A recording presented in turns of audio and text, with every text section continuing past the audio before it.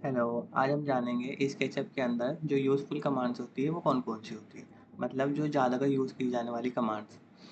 सो वैसे तो सभी कमांड्स इम्पोर्टेंट रहती है बट जैसे कि जो हम अपने जो भी डिज़ाइंस बनाते हैं उनमें सबसे ज़्यादा यूज़फुल होने वाली कमांड्स वो हमारी पुश एंड पुल कमांड्स हो गई, मूव कमांड्स, रोटेट कमांड या यहाँ पर आप देख सकते हैं टूल बार में सब कुछ दिख रहा है। जैसे फॉलो मी कमांड जिस पे हम ऑलरेडी एक वीडियो बना चुके हैं। और ये हमारी ऑफसेट कमांड, स्केल कमांड। तो हम ये आज देखते हैं कि इनको किस तरीके से यूज़ किया जाता है। और कुछ ड्राइंग कमांड्स भी है जैसे line command and rectangle command, arch command, circle commands. So चलो हम देखते हैं कि आज इनको किस तरीके से यूज़ करते हैं। तो फर्स्ट ऑफ ऑल हम लाइन से, जो लाइन सबसे बेसिक होता है, हम उससे स्टार्ट करते हैं। तो लाइन कमांड्स के लिए हमारे पास शॉर्टकट होता है एल। तो हम उसके लिए करते हैं एल एंटर। तो आप देख सकते हैं कि हमारा जो कर्सर है वो, मतलब जो हमारी कमांड है वो एक्टिवेट हो चुकी है। तो हम रैंडमली किसी भी पॉइंट पर क्लिक करते हैं माउस के लेफ्ट बटन से और आप देख सकते हैं हमारी लाइन जो है वो ड्रॉ होनी स्टार्ट होगी। तो जब कब इस साइड में ये रेड एक्सिस के पहले चल रही है, उस साइड में ये ग्रीन एक्सिस के और अपर साइड में ये ब्लू एक्सिस के पहले चल रही है। इससे क्या होता है, हम लाइन को स्ट्रेट बनाने में हमारी हेल्प करता है। तो इस तरीके से हम लाइन बना सकते हैं कोई भी रैंडम। अभी हम सिर्फ रैंडम लाइन बना रहे हैं, ठीक है। तो यहाँ से इस तरीके से, और यहाँ पे आप देख सकते हैं नीचे यहाँ पे हमें सभी डायमेंशन शो होती है। जैसे कि आप देखिए, तो ये मेरी लाइन अभी 2 फीट 4 फीट, ये कुछ इस तरीके से हमारी डायमेंशन नीचे शो होती रहती है, ठीक है। अब हम बात करते हैं रेक्टेंगल कमांड की। रेक्टेंगल कमांड का ये हमारे पास शॉर्टकट होता है आर एंटर, या फिर हम डायरेक्टली उसको टूल बार से भी सिलेक्ट कर सकते हैं। तो हम आर एंटर करते हैं। सॉरी, इसमें हाँ एंटर नहीं करना होता, सिर्फ आर प्रेस करना होता है। एंटर हमें ऑटोकैड में करना होता है। तो हम हमारी जो कमांड है वो एक्टिवेट हो चुकी है। हम रैंडमली किसी पॉइंट पर क्लिक करते हैं और ये हमारा रेक्टेंगल बनना शुरू हो गया है। ये देख सकते हैं आप, हमारा रेक्टेंगल बन चुका है। ये अभी हमारे सिर्फ 2 डायमेंशन फिगर बन रही है। और हमारे जो ये रेक्टेंगल बनाने के 2 मेथड्स होते हैं। एक अभी हमने आर आर कम शॉर्टकट की से बनाया। अभी हम क्या करेंगे, आर से हम अपनी वो लेंगे, कमांड एक्टिवेट करेंगे। उसके बाद हम क्या करेंगे, कंट्रोल प्रेस कर देंगे। कंट्रोल प्रेस करने से क्या होगा, अब जो हमारा रेक्टेंगल होगा वो हमारा एकदम मतलब जो सेंटर से बनेगा, ठीक है। आप देख सकते हैं मैं रैंडम क्लिक किया और ये मेरा रेक्टेंगल अभी जो है, अभी रेक्टेंगल के सेंटर से बन रहा है, ठीक है। और अगर हम कंट्रोल प्रेस नहीं करते तो वो हमारा किसी एक कॉर्नर से बनता है, ठीक है। तो बस ये ज़्यादा फर्क नहीं है, सिर्फ उसको ड्रॉ करने का मेथड है, एक डिफरेंट मेथड, ओके। अब हम बात करते हैं सर्कल कमांड के लिए। सर्कल कमांड के लिए हमारे पास शॉर्टकट होता है सी। तो हम सी प्रेस करेंगे और ये हमारा सर्कल कमांड एक्टिवेट हो चुकी है। हम रैंडमली क्लिक करेंगे और ये हम सिलेक्ट कर लेंगे। तो हमारा सर्कल बन चुका है। अभी आप देख रहे होंगे कि हमारा जो सर्कल है इसकी जो ये एजेस है ये इतनी स्मूथ नहीं है, मतलब इसमें ना शार्प कॉर्नर्स दिख रहे हैं। तो हम इसको क्या करते हैं, इसके नंबर ऑफ, इसका मतलब क्या है, इसके नंबर ऑफ सेगमेंट्स काफ़ी कम है। तो हमें उसे इंक्रीज़ करना पड़ेगा। तो हम उसको सिलेक्ट करेंगे और माउस के राइट टैप करेंगे और हम यहाँ क्या करेंगे, इसकी इन्फॉर्मेशन में जाएंगे। और यहाँ से हम, जब हम इसकी इन्फॉर्मेशन में जाएंगे तो हमें नंबर ऑफ सेगमेंट दिखेंगे। तो हमें क्या होगा, इसकी प्रॉपर्टी में इसके नंबर ऑफ सेगमेंट दिख जाएंगे। तो हम उन नंबर ऑफ सेगमेंट्स को बढ़ा देंगे। जैसे अभी मेरे इसमें 24 दिख रहा है, आपको अभी शो नहीं हो रहा होगा स्क्रीन पर। तो हम उसको 50 कर देंगे, 50 एंड, तो यहाँ पर देख सकते। सो अब हम क्या करेंगे, यहाँ से इसके नंबर ऑफ सेगमेंट्स बढ़ाएंगे, ठीक है। उसके लिए हम क्या करते हैं, माउस का जो राइट टैप करेंगे, यहाँ से इन्फॉर्मेशन में जाएंगे, नंबर ऑफ सेगमेंट इसमें शो होगी इसकी प्रॉपर्टीज़ में। तो अभी शो नहीं हो रही होगी, तो हम यहाँ से उसको बढ़ा देंगे। जैसे मैंने 100 कर दिए, वेट 100 आंसर। आप देख सकते हैं इसकी जो है ये एजेस थी काफ़ी ज़्यादा स्मूथ हो चुकी है। तो बेसिकली नंबर ऑफ सेगमेंट्स के ऊपर डिपेंड करता है। अगर हम इसको 4 कर देंगे तो रेक्टेंगल की तरह बिहेव करेगा। देखते हैं, मैं इसको करते 4 एंड, सॉरी वो कुछ ज़्यादा हो गया है। काफ़ी मस्ट बी, ओके।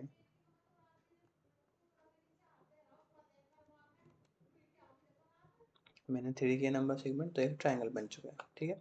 तो इसी तरीके से हम डिफरेंट डिफरेंट शेप्स बना सकते हैं ड्राइंग टूल्स की वजह से, ठीक है। तो अभी हम बात करते हैं यहाँ पर हमारा जो ये है आर्च। आर्च भी काफ़ी इम्पोर्टेंट है, जो हम अपने वॉल्स में और जो ओपनिंग होती है वहाँ पर एंट्री में आर्च दे सकते हैं, वॉल पर वॉल आर्च मॉडलिंग दे सकते हैं। ये काफ़ी सारे डिज़ाइंस होते हैं जो आज के ऐप से बनते हैं। ये इसमें भी ऑटोकैड की तरह ही होता है कि 3 पॉइंट आर्च और 2 पॉइंट आर्च ठीक है, तो मतलब इसी तरीके से होता है इसमें भी। ठीक है, इसमें ऐसे भी होता है कि radius and point are centre point और फिर रेडियस देंगे और फिर एंड पॉइंट देंगे। सिमिलर उसी की तरह है, जैसे 3 पॉइंट है तो इसमें क्या, सो ये 2 पॉइंट वाला है, एक पॉइंट लेंगे, दूसरा पॉइंट लेंगे और तीसरा पॉइंट इसका हमारा ये कोई भी रैंडम ले लेंगे। ठीक है, इसमें भी इसी तरह है, इसके नंबर ऑफ सेगमेंट बढ़ाने के लिए हम माउस का राइट टैप करेंगे और वहाँ से नंबर ऑफ सेगमेंट बढ़ा देंगे तो इसकी भी एजेस कर्व हो जाएंगी। तो अभी हम बात करते हैं दूसरे वाले की, तो इसके लिए भी यही है कि first point, second point and third point. ठीक है, नंबर ऑफ सेगमेंट बढ़ाने के लिए हम राइट राइट टैप करेंगे माउस का और यहाँ से हम इंफॉर्मेशन में जाएंगे और यहाँ से नंबर ऑफ सेगमेंट बढ़ा देंगे। देख सकते हैं आप इसकी जो है एजेस है काफ़ी ज़्यादा स्मूथ हो चुकी है। तो चलो, ये तो कुछ हमारे जो काफ़ी ज़्यादा इंपॉर्टेंट टूल्स होते हैं या कमांड्स होते हैं, हम वैसे बोल सकते हैं, ये ड्राइंग वाली होती है। ठीक है, अब हम बात करते हैं मॉडिफिकेशन कमांड्स की। ये हम देख सकते हैं सारी जितनी भी हमारे मॉडिफिकेशन कमांड्स होती है। ठीक है, ये हमारे मेजरिंग टूल्स होते हैं, जैसे मेजर करते हैं या फिर इंच टैप जैसे हम बोलते हैं, उस टाइप से। तो हम बात करते हैं जो मॉडिफिकेशन कमांड्स के, जो काफ़ी ज़्यादा इंपॉर्टेंट है, मतलब काफ़ी ज़्यादा क्या, कि मतलब पूरे स्केचअप में हम अपने जो भी डिज़ाइन बनाते हैं इंटीरियर एक्सटीरियर, उनमें हमें ऑब्जेक्ट को मूव भी कराना पड़ता है, रोटेट भी कराना पड़ता है, पुश एंड पुल भी करना पड़ता है, स्केल से उसके साइज भी चेंज करने पड़ते हैं और ऑफसेट कमांड से हम ऑफसेट भी लेना पड़ता है।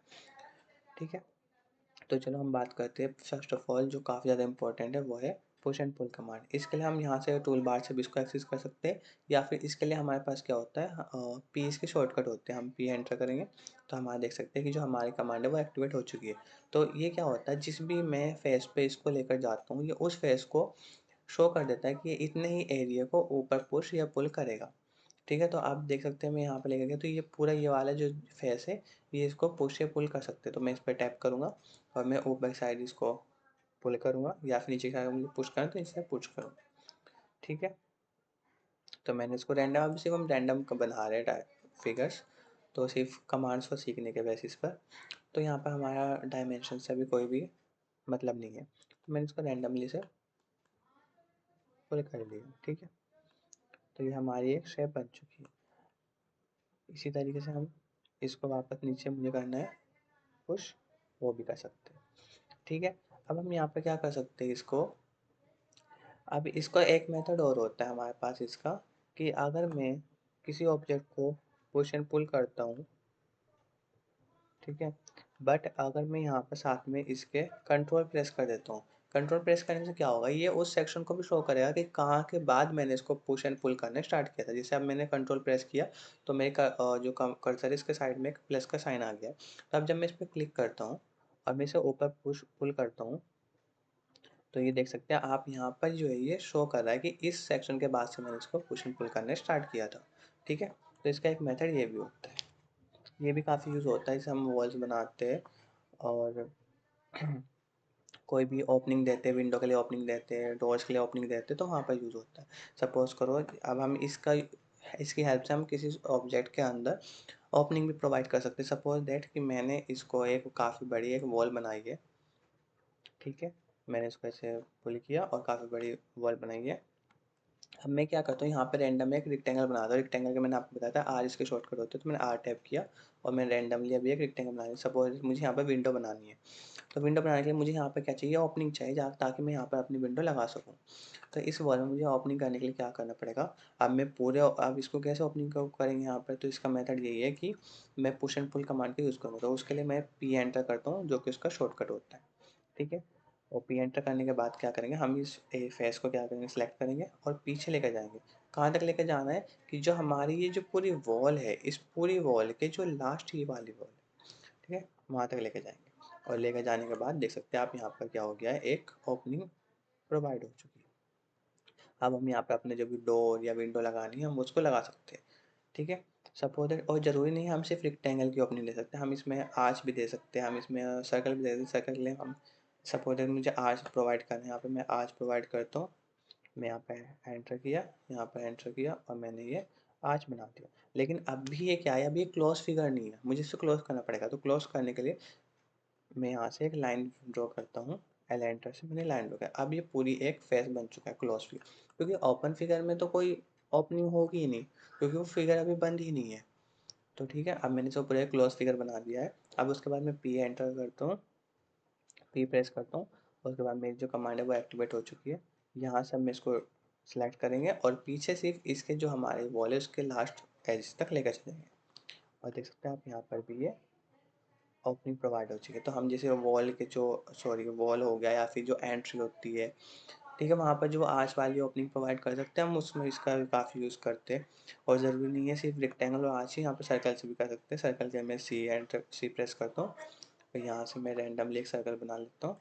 सर्कल हमारा ऑब्वियसली पहले से ही क्लोज फिगर होता है, तो मैं उसको, ये पहले से क्लोज है, तो अब मैं क्या करूँगा, पी से हम push and pull command activate करेंगे और सिलेक्ट करेंगे और पीछे लेकर चल जाएंगे। तो ये हमारी ओपनिंग प्रोवाइड होगी। तो हम पुश एंड पुल कमांड से किसी को ऑब्जेक्ट को या किसी भी फेस को या किसी भी सरफेस को पुश कर सकते हैं, पुल कर सकते हैं और ओपनिंग भी प्रोवाइड कर सकते हैं। ठीक है, तो ये यूज़ था हमारा पुश एंड पुल कमांड का। अब बात करते हैं हम मूव कमांड की।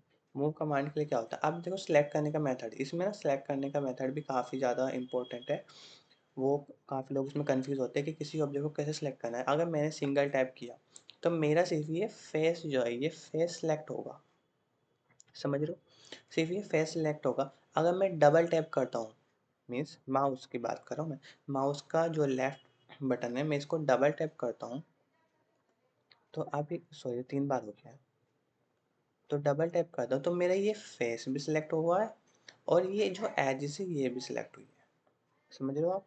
अगर मैं 3 टाइम्स ट्रिपल बार में इसको टैप करता हूँ तो ये पूरा ही जो भी इससे कनेक्टेड था, बेसिकली इस फेस से जितनी भी चीज़ें कनेक्टेड थी, वो कोई लाइन हो सकती है या दूसरा फेस हो सकता है, ये वाला फेस हो सकता है, ये वाला, जो भी चीज़ें इससे कनेक्टेड थी वो सब सिलेक्ट हो जाएंगी। ठीक है, पहले अगर नॉर्मल टैप करने से सिर्फ ये सिंगल ही होगा, सिंगल फेस सेलेक्ट होगा, या फिर सिंगल लाइन करूँगा तो सिंगल लाइन सेलेक्ट होगी। ठीक है, और डबल टैप करने से वो फेस सेलेक्ट होगा और उसके जितनी भी लाइन है उससे कनेक्ट जो सिर्फ लाइन है वो भी सिलेक्ट होगी। और अगर मैं ट्रिपल टाइम्स टैप करता हूँ तो वो पूरे ही ऑब्जेक्ट, चाहे वो कितनी भी फेसेस होते हैं, कितनी भी लाइंस होती है, सब जो भी उससे कनेक्टेड होगी वो सब सिलेक्ट हो जाएगी। ये सारी चीज़ें नहीं हुई, क्यों, क्योंकि ये इससे अलग थी। अब आपको दिखाते हो अगर ये अलग है और अगर इसको कनेक्ट करते तो ये भी हो जाएगी। जैसे मैंने इसको ट्रिपल टाइम्स किया, अब मैंने इसको मूव करने के लिए हम क्या करते हैं, या तो यहाँ से टूल बार से मूव कमांड ले लेंगे या फिर एम एंटर कर देंगे, सॉरी एम प्रेस कर देंगे, इसका शॉर्टकट होता है एम। एम लिया और इस कॉर्नर को सिलेक्ट किया और यहाँ पर इस कॉर्नर से मिला दिया। अब मैंने इसको मिला दिया। अब अगर मैं इसको पूरे को 3 टाइम सेलेक्ट करता हूँ तो ये ऑब्जेक्ट हमारी ये सर्विस जिससे कनेक्ट हुई है इस टाइम, ये भी सिलेक्ट हो जाएगी। देखिए कैसे, देखिए मैंने 3 टाइम्स टैप किया तो ये भी सिलेक्ट हो गई। ठीक है, अब इसका एक तरीका ये भी है, अगर सपोज दैट अब मैं इस फिगर को डबल टैप कर कर इस वाले फेस को या सरफेस को मुझे इससे अलग लेकर जाना वापस, तो मैं क्या लूँगा, मैं एम एंटर करेंगे मूव करने के लिए, मैं सिलेक्ट करूँगा और ये क्या हो रहा है, ओह नो। तो इसके लिए हमारे पास क्या होता है, क्योंकि अब ये इससे कनेक्ट हो चुकी है, अगर मैं इसको मूव करता हूँ जो जो भी कॉर्नर्स लाइंस इससे कनेक्ट होते हैं वो भी उसके साथ में मूव होंगे। तो उसका हमारे पास मेथड ये होता है कि अगर मुझे इस फेस को इससे अलग लेकर जाना है तो हम क्या करेंगे, उसके लिए इसको ग्रुप बनाना पड़ेगा, इसको मतलब सेपरेट करना पड़ेगा कि अगर मैं इससे कनेक्ट भी कर दूँ तो भी ये सेपरेट ही रहेगा, सिर्फ दिखेगा कनेक्टेड। तो इसके लिए क्या करेंगे, ग्रुप बनाने के लिए हम क्या करते हैं, जो माउस का राइट बटन राइट प्रेस करेंगे, राइट टैप करेंगे माउस पर और यहाँ पर क्या करेंगे मेक ग्रुप। अब ये क्या होगा, हमारा ये ग्रुप बन चुका है। अब जब मैं इसको मूव करूँगा एम प्रेस करेंगे और यहाँ से एम टैप करने के बाद ये हमारा यहाँ से अलग हो चुका। अब ये उसके साथ नहीं आया, क्यों, क्योंकि ये सेपरेट ग्रुप बन चुका है, समझ रहे आप। अगर इसी तरीके से मुझे मुझे सिर्फ ये वाली जो है ना, और ये वाला फेस अलग लेकर जाना है, लेकिन अब ये तो उससे कनेक्टेड है, ये भी साथ में आएगा। अब देखिए हम मूव करके देख सकते हैं, मैंने मूव कमांड ली और इसको कॉर्नर को सिलेक्ट किया और ये देखिए आप ये भी साथ में आ रहा है, लेकिन मुझे नहीं चाहिए। तो मैं क्या करूँगा, इसको ग्रुप बनाएंगे, राइट राइट टैप करेंगे माउस का, मैं इसको ग्रुप बना लिया। अब जब मैं इसको मूव करूँगा तो ये आप देख सकते हैं पूरा फेस इसके अलग मूव हो चुका है, इससे अलग होगा और बाकी जो अंदर की चीज़ें थी वो दिख रही है हमें। ठीक है, ये हमारा अलग हो चुका है। तो ये मेथड होता है सिलेक्ट करने का, मूव करने का, ऑब्जेक्ट को सेपरेट करने का। इस चीज़ का ध्यान रखना कि कभी आप कोई भी प्लान बना रहे हो या डिज़ाइन बना रहे हो, उस टाइम पर ग्रुप बनाकर करना चाहिए। क्यों ग्रुप बनाने से क्या होता है, अगर बाई चांस आपको वो ऑब्जेक्ट को वहाँ से मूव करना पड़ा या स्केल करना पड़ा, उसका साइज़ को चेंज करना पड़ा, कुछ भी मतलब आपको उसमें चेंजेस करने पड़े, तो क्या होगा फिर वो जितनी भी एजेस उससे कनेक्टेड होंगी वो भी साथ में चेंज होगी, वो भी साथ में पुश एंड पुल होगी और मूव होगी। तो वो क्या होता है, उससे आपका जो डिज़ाइन होता है उसकी सभी शेप वो सब कुछ बिगड़ जाता है। तो इसलिए क्या होता है, ऑलमोस्ट ट्राई करें कि हर चीज़ का ग्रुप बनाए सेपरेट, जैसे विंडो वाला ग्रुप बनाए, वॉल्स का अलग ग्रुप बनाए, है ना, ओपनिंग का अलग ग्रुप बनाए, जैसे सीलिंग, फ्लोर्स, रूफ, ग्रिल, हर जितने भी ऑब्जेक्ट होते हैं, जितने भी कंपोनेंट्स होते हैं, सभी का अलग अलग ग्रुप बनाए, तब जाकर उनको यूज़ करें। अदरवाइज तो यही प्रॉब्लम आएगी, आपकी शेप चेंज हो जाएगी और आपका जो डिज़ाइन है वो काफ़ी ज़्यादा गड़बड़ा जाएगा। ठीक है, अब हमने मूव कमांड देख लिया, पुश एंड पुल कमांड देख लिया, अब हम बात करते हैं रोटेट कमांड की। रोटेट कमांड के लिए हम आर, नहीं सॉरी, आर तो रेक्टेंगल की होती है, यहाँ पे रोटेट कमांड हम टूल बार से लेते हैं। ठीक है, हमने रोटेट कमांड ली तो ये हमारा एक रोटेट कमांड एक्टिवेट हो चुकी है। देखो इसको मूव करने के बेसिकली कितने मेथड होते हैं कि हम इसको किसी भी एक्सिस में मूव कर सकते हैं। अभी जो है ये सिर्फ हमारा, देख सकते हैं आप, देखो चेंज हो गया, अभी रेड बन चुका है, अभी ब्लू हो गया, एक साइड से ग्रीन भी हो जाता है। तो बेसिकली क्या है कि हमारे डिपेंड करता है कि हमें किस डायरेक्शन में इसको मूव रोटेट कराना है। तो अभी अगर हम इसको अपने खुद भी कंट्रोल कर सकते हैं कि मुझे किस डायरेक्शन में इसको रोटेट कराना है। अगर मैं एरो मतलब ये क्या बोलते हैं उसको, एरो का बटन दबाता हूँ, अप साइड वाला बटन दबाते हैं हम कीबोर्ड से, तो क्या होता है ये हमारा ग्रीन में चलेगा। मैं लेफ्ट बटन दबाता हूँ तो वो ब्लू में था, ये ग्रीन में हो जाएगा। और ये आप देखते हैं पिंक। एंड अगर मैं राइट दबाता हूँ तो राइट एरो बटन से ये हमारा रेड हो जाएगा। तो बेसिकली इनसे क्या होता है, अब देखते हैं, हम मैं ब्लू एक्सिस से करता हूँ। तो मैंने क्या किया, इसका एक कॉर्नर को सिलेक्ट किया और यहाँ से दूसरे कॉर्नर को सिलेक्ट किया। अब मैं इसको ऐसे, आप देख सकते हैं इस ही के परपेंडिकुलर ये मूव होगा। ठीक है, मैं कितने भी डिग्री पे इसको कर सकता हूँ। ठीक है, और यहाँ पर हमें, आप देख सकते हैं यहाँ पर हमें नीचे जो है सभी डिग्री दिख रही है, कितने डिग्री पर हमारा मूव हो रहा है। ठीक है, ये हमारा 90 डिग्री पे हो गया। ठीक है, मैंने इसको ऐसे मूव करा। अब हम क्या करते हैं, अब हम दूसरे एक्सिस में देखते हैं। मैंने लेफ्ट बटन दबाया, यहाँ से इसको ऐसे सेलेक्ट किया। अब इससे क्या होगा, ये ऊपर की साइड, अब ये इसी के पहले में, समझ रहे हो। तो ये बेसिकली हमारा ऑब्जेक्ट को मूव कराने के काम आता है कि किस डायरेक्शन में हमें ऑब्जेक्ट को मूव कराना है। ठीक है, अब बात करते हैं हम स्केल कमांड की। फॉलो मी कमांड के लिए हमने ऑलरेडी सेपरेट वीडियो बना चुके हैं हम। तब बात करते हैं स्केल कमांड की। स्केल कमांड के लिए हम यहाँ से इसको एक्टिवेट करेंगे और उस ऑब्जेक्ट को सिलेक्ट करेंगे जिसको हमें स्केल करना है। सिलेक्ट किया, आप देख सकते हैं डिफरेंट हमारे पास बन चुके हैं। ये हमारे पास कॉर्नर से, जितने कॉर्नर में वो सिलेक्ट करना है। तो यहाँ पर जो है हमारे पॉइंट शो हो रहे हैं, इनसे हम क्या कर सकते हैं, इसका साइज़ को स्केल कर सकते हैं। ये देखिए, अगर मैं ऊपर की साइड करता हूँ तो ये इसकी जो लेंथ बढ़ रही है और नीचे की साइड लेंथ घट रही है। इसके मेथड हम यही है, जिस भी एज से करते हैं, कॉर्नर से करते हैं। ठीक है, तो हम वो हमारे ऊपर डिपेंड करता है हमें किस साइड से इसका साइज़ बढ़ाना है। तो इसका एक मेथड ये भी है कि अगर हम इसको कंट्रोल के साथ में प्रेस करते हैं और अब मैं अगर किसी भी साइड से इसको स्केल करता हूँ, शायद छोटा या बड़ा करता हूँ, तो वो उसकी अपोजिट साइड से भी होगा, आप देख सकते हैं। ठीक है, मैंने कंट्रोल के साथ में प्रेस किया। अगर मैं शिफ्ट के साथ में प्रेस करता हूँ तो पूरा ही साइज छोटा बड़ा होगा। एक मिनट, ठीक है, आप देखिए शिफ्ट के साथ में, एक मिनट, काम नहीं कर रहा।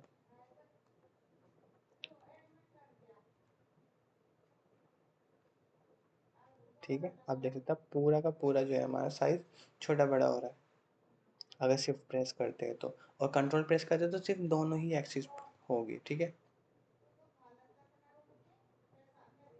तो ये हमारे मेथड होते हैं इसको स्केल करने के। ये भी ज़्यादा यूज़ नहीं होता है पर थोड़ा बहुत यूज़ होता है अगर साइज़ को चेंज करना होता है तो। ठीक है, अब बात करते हैं ऑफसेट की।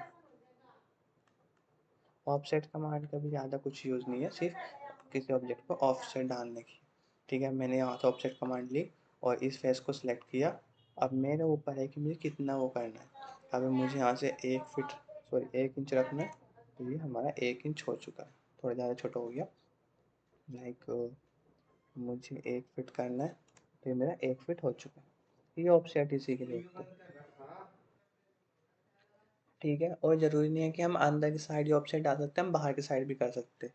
जैसे हमारा ये सरफेस है, हम इसको सेलेक्ट करते हैं और हम यहाँ से बाहर की साइड भी ऑप्शन डाल सकते हैं। जैसे मुझे बाहर की साइड 1 फीट का ऑप्शन डालना है, 1 फीट, एंटर। तो ये मेरा बाहर की साइड भी ऑप्शन डल चुका है। अब मुझे जैसे कोई भी मान लो डिफरेंट शेप बनानी है, तो मैं पुश एंड पुल कमांड का यूज़ कर कर यहाँ से पी प्रेस करेंगे और यहाँ से ऊपर ऑब्जेक्ट को उठा सकता हूँ। ये देखिए कुछ भी डिफरेंट शेप बना सकते हैं हम।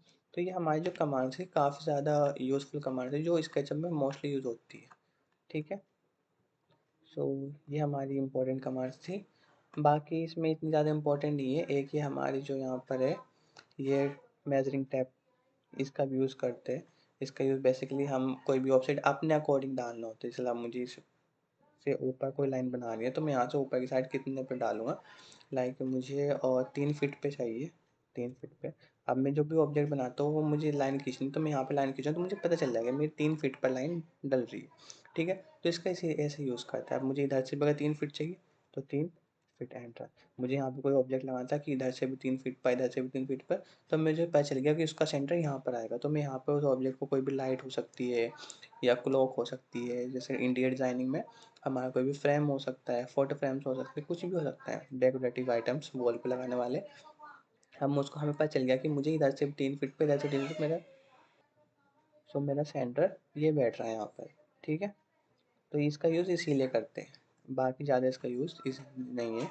और ये हमारा जो है डायमेंशन को बताने के लिए कि मुझे पता करना है, अब मुझे पता करना है कि मेरी इसकी लेंथ कितनी है, यह शो करनी है। मुझे यहाँ से टैप करेंगे और यहाँ पे इस पॉइंट पर टैप करेंगे और यहाँ से ये मुझे पता चल गया कि मेरी डायमेंशन इतनी। जैसे ऑटोकैड में होता है डायमेंशन को पता करने के लिए। अब मुझे यहाँ से यहाँ तक पता करना है, ये मेरी 3 फीट है।